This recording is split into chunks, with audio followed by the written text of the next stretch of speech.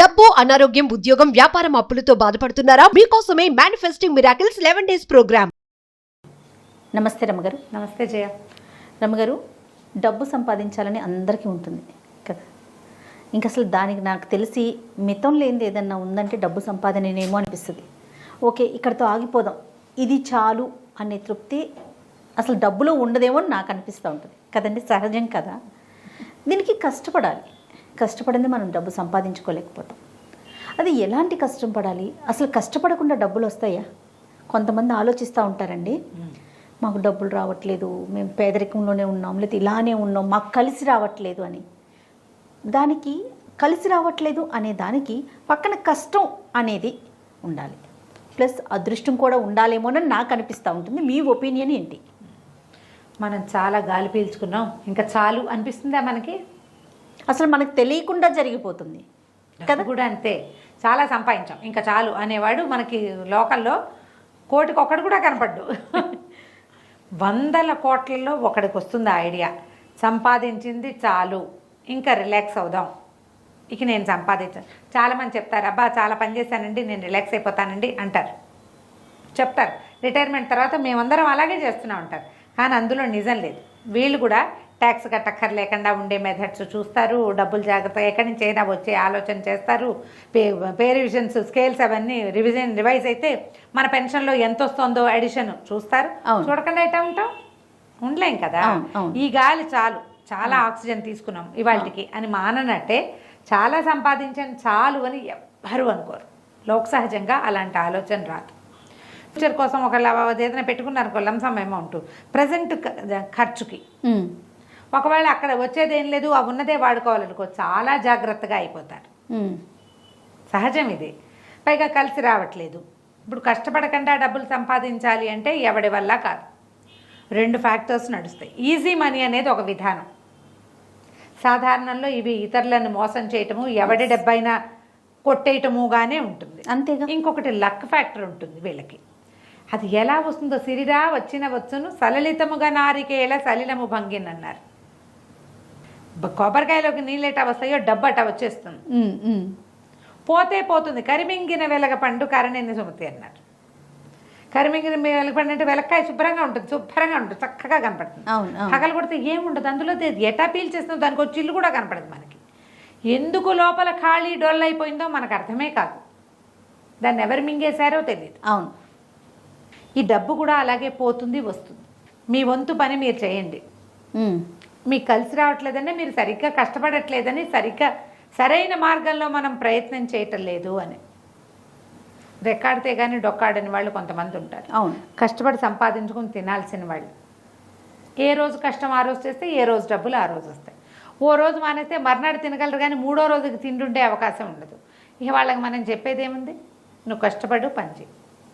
దీనికి పాత ప్రాథమిక సూత్రాలు పెద్దవాళ్ళు చెప్పిన దాంట్లో ఏంటంటే, ఎప్పుడు కూడా కూడబెట్టడం అలవాటు చేసుకోండి అని. చీమలు తినేసేవు, ఇంత దొరికితే కొంత దాస్తాయి అవి. మనుషులు కూడా దాచటం అలవాటు చేసుకోవాలి. ఓకే. ఒకటి. తర్వాత వాడెవడికో ఫ్రీగా వచ్చింది నాకు రావాలని పొరపాటును కూడా అనుకోకూడదు. ఆలోచనలో తేడా రావాలి చేయాలి. వాడు తెల్లగా ఉన్నాడు, నేను నల్లగా ఉన్నానని నువ్వు ఆలోచిస్తావా? అతనంత పొడుగు 6.5 అడుగులు ఉన్నాడు, అజానుబాహు. ఈయన ఒక ఆయన 5'7", 5'8" ఉంటాడు. ఆయన ఎబిలిటీ అయింది, ఈయన ఎబిలిటీ అంతే కదా. నేను పొడుగు లేనని నువ్వు చింతించవు. అలాగే వాడికి డబ్బు ఉంది నాకు లేదని చింతించకూడదు.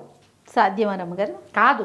మనం ఆలోచన మార్చుకుంటేనే కదా జయ. నువ్వు స్ట్రెస్ ఫీల్ అవుతావు చూడు, నేను సంపాదించలేకపోతున్నానో, నాకు కలిసి రావట్లేదనో ఆలోచించి నువ్వు ఏదైనా ప్రయత్నం చేస్తే బాగుంటుంది. వాడికి ఉందో అని నువ్వు ఆలోచిస్తే అది కరెక్ట్ కదా. కరెక్ట్. అసలు ఆ ఊహ చెయ్యొద్దు. సముద్రంలో పడ్డాం, నీ పోని నదిలో పడ్డాం, నీ ఈత నువ్వు ఈదుకోవాలి.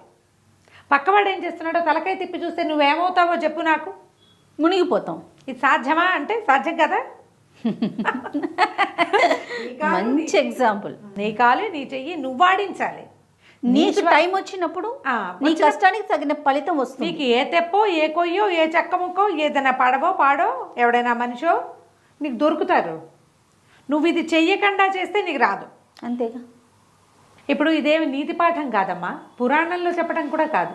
మనం సాధారణ లోక సహజం సాధారణమైన జీవితాల నుంచి చక్కగా ఉచ్చ స్థితికి వెళ్ళిన వాళ్ళని మనం చూడటం లేదా? మీ చుట్టుపక్కల చూడండి, వాళ్ళు మీలాంటి వాళ్ళే. పిల్లలు ఎక్కొచ్చాక తల్లిదండ్రి ఫ్లరిష్ అవుతారు. అవును. ఒక్కోసారి వీళ్ళకే ఏదో మంచి ఉద్యోగం రావచ్చు. అలా ఉన్న వాళ్ళు ఎన్ని ఉదాహరణలు ఉన్నాయి. అక్కడి నుంచి ఆడమనిషి కూడా ఏదో చిన్న ఉద్యోగమో పనో చేసి వాళ్ళు మొదలుపెట్టి వాళ్ళతోటి చేసేస్తారు. వీళ్ళకి ఎక్కడి నుంచి అయినా ఏదైనా కలిసి రావచ్చు. ఆల్ ఆఫ్ ఎ సడన్ ఒక ఫ్రెండ్ హ్యాండ్, ఏదైనా ఒక మంచి ఆపన్న హస్తం రావచ్చు. ఎన్నున్నాయి పాసిబిలిటీస్. మరి నీ పక్కవాడికి ఏది వచ్చిందో నీకు అదే రావాలని పొరపాటును కూడా అనుకో. నీ కంటి రంగు నీదే, పక్కవాడి కంటి రంగు వాడిదే, ఎవడి చేతి ముద్ర వాడిదేలాగా. కానీ తెలుసుకోలేకపోతారు రమ్మగారు. తెలుసుకోలేక ఏంటంటే బాధపడి ప్రెజుడీస్ లోపల ఒక రకమైన కష్టంగా ఉంటుంది జయ. ప్రధానంగా మనం అర్థం చేసుకోవాలి, నీకు లేదని ఏడితే నీకు ఒక్క కన్ను పాడవుతుంది, ఎదురికి ఉందని ఏడితే రెండూ పోతాయి. అది ఆలోచన చెయ్యాలి. చేసే పని మీద ఫోకస్ చేయాలి. అదే పోతుంది. నా పాయింట్ అదే. వాళ్ళకు ఉందని నువ్వు ఫీల్ అవ్వడం మొదలు పెట్టావా, నువ్వు చేసే పని వెళ్ళిపోతుంది అంతే. గోవిందో గోవింద కదండి. ఫోకస్ పోయి నీకు ఎంతసేపు నీ చుట్టుపక్కల ఎవరి దగ్గర ఎక్కువ డబ్బు ఉందో, వాడు ఎంత సంపాదించాడో, వాడు ఏం చేశాడో అని, తర్వాత వాడి మీద కోపం, అనవసరంగా వాడి మీద ఉక్రోషం, వాడి గురించి చెడ్డగా మాట్లాడటం, ఇవన్నీ తప్పులు, పొరపాట్లు, చేయకూడనివి. చేసేస్తాం, ఆటోమేటిక్గా వెళ్ళిపోతూ ఉంటాయి. మనకంటే బెటర్గా ఉన్న వాళ్ళ మీద ఒక్క చెడు వాక్యమైనా చెప్పకపోతే శాంతించదు జయ మనసు. మనకి మనుషులం కాదు, మరి మానవ సహజం. నిన్ను నువ్వు కంట్రోల్ చేసుకో, ఫోకస్ చేయి. ఈజీ మనీ అప్పుడప్పుడు జీవితంలో ఒక్కొక్క టర్న్, ఒక్కొక్క అవకాశం. ఈజీ అంటే ఈజీ కాదు, ఏదో నువ్వు వెయ్యి పెట్టి కొన్నావు, సడన్గా అది 10,000 25,000 వచ్చింది. అలాంటిది అందరికీ రాదు. లక్స్ కొంతమంది ఫేవర్గా ఉండాలి, ఫేవర్గా ఉంటుంది. అంత లక్కు కాకపోతే కొంత లక్కు వస్తుంది అంతే. దీనికి నువ్వేం చేయాలి? నీ పని మీద ఫోకస్ చేయాలి, నీ కష్టాన్ని నువ్వు నమ్ముకోవాలి. ఏదో ఒకరోజు నాకు రావాల్సింది నాకు వచ్చే తీరుతుంది అన్న నమ్మకంతో పని చేయాలి. పని మానకూడదు, కష్టపడాల్సిందే, ఏదర్ శరీరంతో లేదా మనసుతోటి. అంతే. నువ్వు సరిగా ఆలోచించాలన్నా కష్టంగా ఆలోచించాలిగా, ఫోకస్ చేయాలి కదా. మరి ఈజీగా రాదా అంటే మనం చూస్తాం, భలే అంచెలంచెలుగా ఎదిగిపోయినవి. ఆ అంచెలంచెలుగా ఎదిగిపోయిన వాడు ఎక్కడో చోట బోర్లా పడ్డం కూడా చూస్తూ ఉంటాం చేయ మనం. అవునండి కదా, కనపడ. ఒకేసారి డ్రాస్టిక్ చేంజ్ వద్దు, అంతే కదా. మెట్టు ఒక్కొక్క ఇటుగా పేర్చుకున్న ఒక చూడు పెద్ద పెద్ద సామ్రాజ్యాలు, టాటాలు, బిర్లాలు, వీళ్ళందరినీ ఎలా చూసాం మనం. అవును. వాళ్ళ తాతల నాటి నుంచి వాళ్ళు అవే పని చేస్తున్నారు. ప్రతిసారి ఎడిషన్ ఇన్ ఎడిషన్ ఏదో ఒకటి చేస్తున్నారు. మెట్టు ఎక్కాలి గారు అమ్మగారు. ఒకేసారి నేను పైకి ఎగురుతానంటే మెట్టు ఎక్కాలి, ఇటుక పేర్చాలి, అప్పుడే కుదురుతుంది. అందుకని ఈజీ మనీ మీద దృష్టి పెట్టుకోవద్దు. మీకు రావాల్సిన రోజు ఉంటే అదే వస్తుంది, కానీ డబ్బులు వచ్చేయని పని మానేయకూడదు. ఆలోచించండి. ఇవి చూడండి, మీకు పెద్దవాళ్ళకి నేను చెప్పాల్సిన మాటలు కావు, ఎవరికి వాళ్ళకే తెలుసు. ఇవి మీ పిల్లలకి చెప్పవలసిన మాటలు. ఎప్పుడు పిల్లలకి ఈ మాటలు నేర్పాలి, చెప్పాలి. సందర్భం వచ్చినప్పుడు ఈ వాక్యాలు వాడుకోవాలి, చెప్తూ ఉండాలి. రోజు చేస్తే కానీ, నిరంతరము పీల్చుకుంటే కానీ మనం బతకం. రోజు తినాలి కదమ్మా మనం బతకడానికి, అంతే కదండి. రోజు పని చేయాలి సంపాదనకి. ఓ 2 రోజులు రిలాక్స్ అయిపోతే కుదరకపోవచ్చు. ఇప్పుడు చూడండి, సెన్సెస్, ఈ మార్కెట్లు ఉన్నాయా, డబుల్ స్టాక్ ఎక్స్చేంజెస్, ప్రతి నిమిషము అలర్ట్గా ఉండాలి. అవును. స్టాక్స్ మీద ఉండాలి. ఇప్పుడు మనం చేస్తున్నాం, మనం కూడా ఎంతసేపు ప్రపంచం మీద దృష్టి పెట్టుకుని ఉండాలి. ఈ రోజుకి ఏం అవసరం, అవుట్డేట్ అయిపోతే మన ఎవడు చూస్తాడు. అవును. ప్రతివాడు అంతే కదా. ఏ సాఫ్ట్వేర్ ప్రొఫెషన్లోనే ఉంటారు, అప్డేట్ అవ్వాలి. ఏ టీచర్లుగానే ఉంటారు, వాళ్ళు అప్డేట్ అవ్వాలి, కొత్త విషయం తెలుసుకోవాలి. ప్రపంచం గురించి వీళ్ళు తెలుసుకుంటేనే పిల్లలకి చెప్పగలుగుతారు. అవును. డాక్టర్లు కూడా అప్డేట్ అవుతూనే ఉంటారు. ఎప్పటికప్పుడు జర్నల్స్ అవి ఇవి తిరిగేయాలి, కొత్తవి ఏమి వచ్చినాయో తెలుసుకోవాలి. ప్రతి ఒక్కరూ కావాల్సిందండి. ఏ చిన్న పొన్న ప్రతి వాళ్ళు రెక్కాడితే డొక్కాడని వాళ్ళు కూడా పనిలో సులువుల కోసం ప్రాక్టీస్ చేస్తూ ఉండాలి. అవును. ఇలా ఆలోచించండి. డబ్బు సంపాదించడం ఆటే కష్టం కాదని మీకు తెలుస్తుంది. తప్పకుండా. రైట్ రమ్మ గారు, నమస్తే.